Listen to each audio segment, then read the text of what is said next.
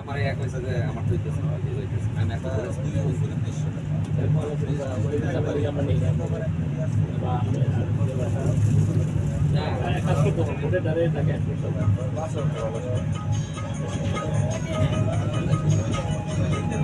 সম্মানিত যাত্রীবৃন্দ, আপনাদের মনোযোগ আকর্ষণ করছি।